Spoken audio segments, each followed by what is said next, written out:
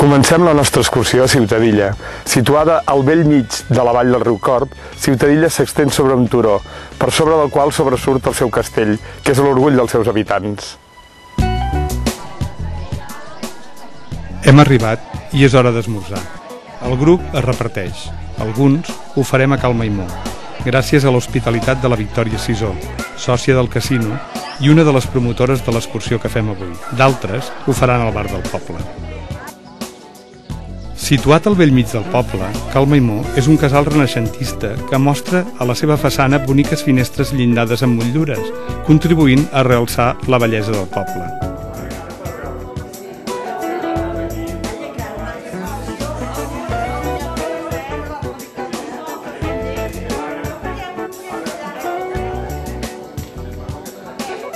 Ens reunim de nou i enfilem el carrer dirigint-nos a l'església parroquial de Sant Miquel.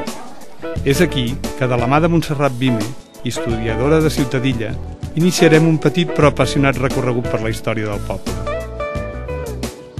Situada gairebé al cim del poble i al peu del castell, l'església de Ciutadilla data del segle XVI.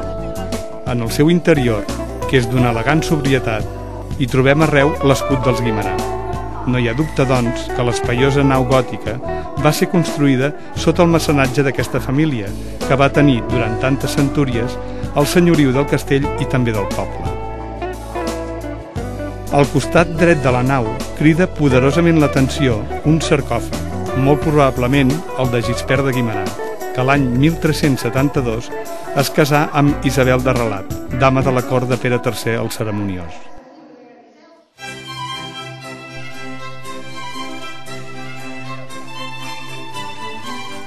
Sortim de l'església i resseguim la petita costa que ens mena directament al pati del castell.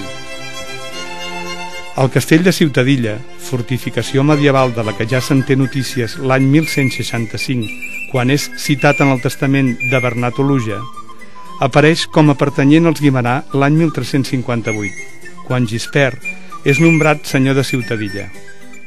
La mateixa nissaga serà la seva propietària fins al segle XVII.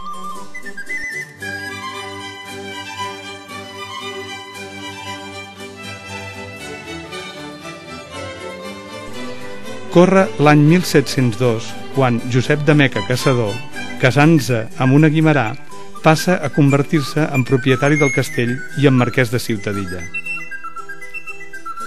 Seguint les diferents parts ensorrades, es poden observar elements romànics i gòtics que fan pensar en una llarga perduració de l'edifici en els segles, que va romandre habitat fins al 1835.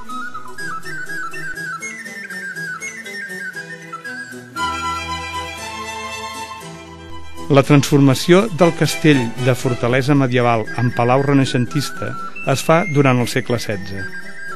D'aquesta època data la construcció de la torre de l'homenatge, que amb el pas dels anys s'ha convertit per dret propi en el símbol que identifica tot el conjunt i en talaia de les terres de l'Urgell.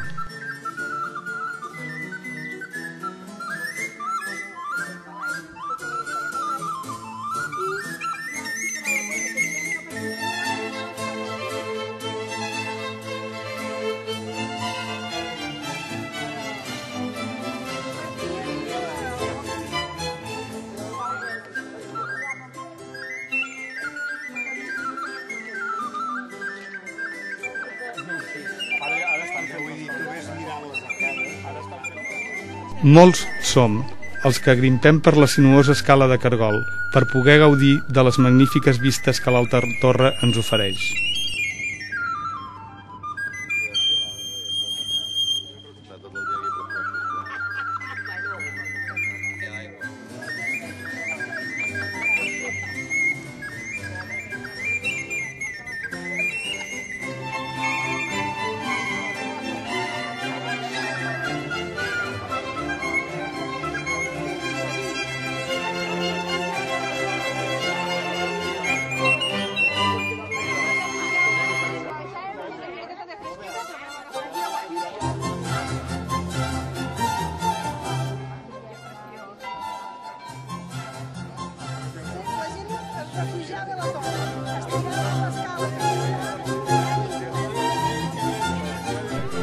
El pati interior, de forma trapezoidal, té a la seva banda nord una gran escala que fins al principis del segle XX disposava d'una galeria superior amb una columnata d'extraordinària bellesa.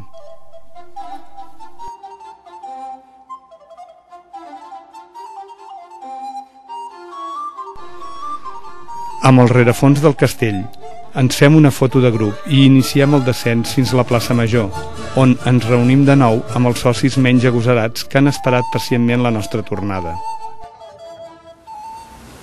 I ara ens aturarem a un dels pobles més bonics de la vall. Guimerà és conegut com el Nou de Copes, per la disposició de les seves cases, les unes sobre les altres, com les copes en la carta. La població de Guimerà, esglaonada a migdia d'una serra del marge dret del riu Corb, té el seu gran atractiu en el seu nucli medieval, un laberint de carrers que s'enfilen cap a l'església de Sant Sebastià, salvant forts pendents i creant un original joc de formes arquitectòniques.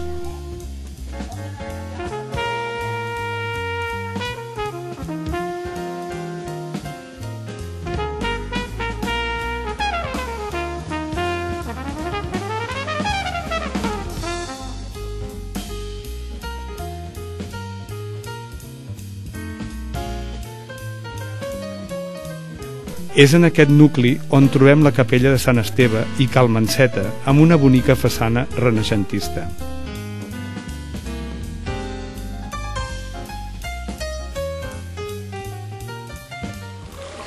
I així, un xic allunyats de la vall del riu Corb, acabem la nostra excursió a Vallbona, el més petit i l'únic dels monestirs cistercencs habitat encara avui en dia per una petita comunitat de monges.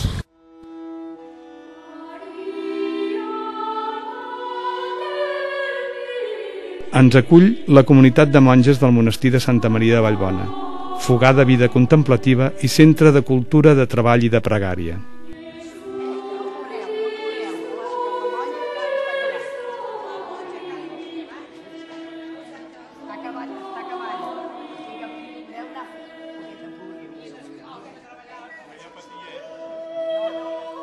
Fundat per Ramon de Vallbona originàriament com una comunitat mixta d'ermitans que seguia la regla de Sant Benet, el 1175 es convertí en una comunitat exclusivament femenina, guiada per l'abadessa Òria Ramírez, vinguda del monestir de Tolebres, a Navarra. Vallbona ha estat morada ocasional de reis com Alfons I el Cast, Jaume el Conqueridor i Alfons el Savi, però també ha estat morada eterna de reines com Violant d'Hongria, muller de Jaume I, i de la seva filla Sança, que descansen a la seva església. L'església, un exemple fidel de l'estil de transició que l'ordre difon arreu, és d'una sola nau, amb planta de creu llatina, creuer molt pronunciat i absis carrats. El seu interior ens meravella per la seva simplicitat i l'admirable joc de llums.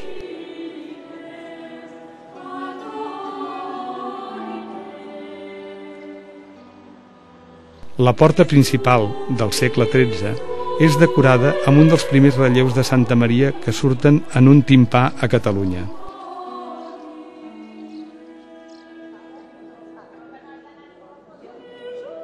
El cimbori campanar, en forma de llanterna octogonal, acabada en piràmide, és un exemplar únic.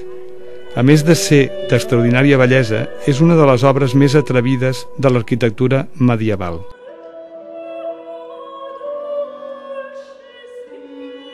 El claustre té forma trapezoidal.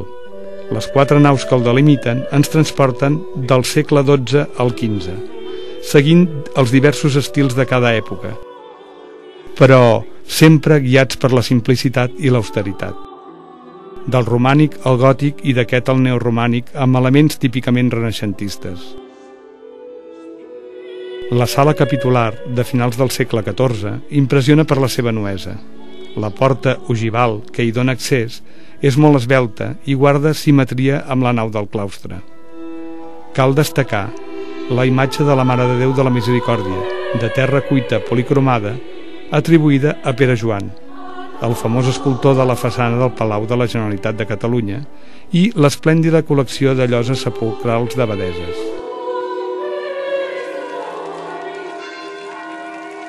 Sortint, i ens reunim de nou per la darrera foto de grup. Les escales de la porta principal ens faciliten la disposició. Darrere, el marc incomparable del timpà de la portalada.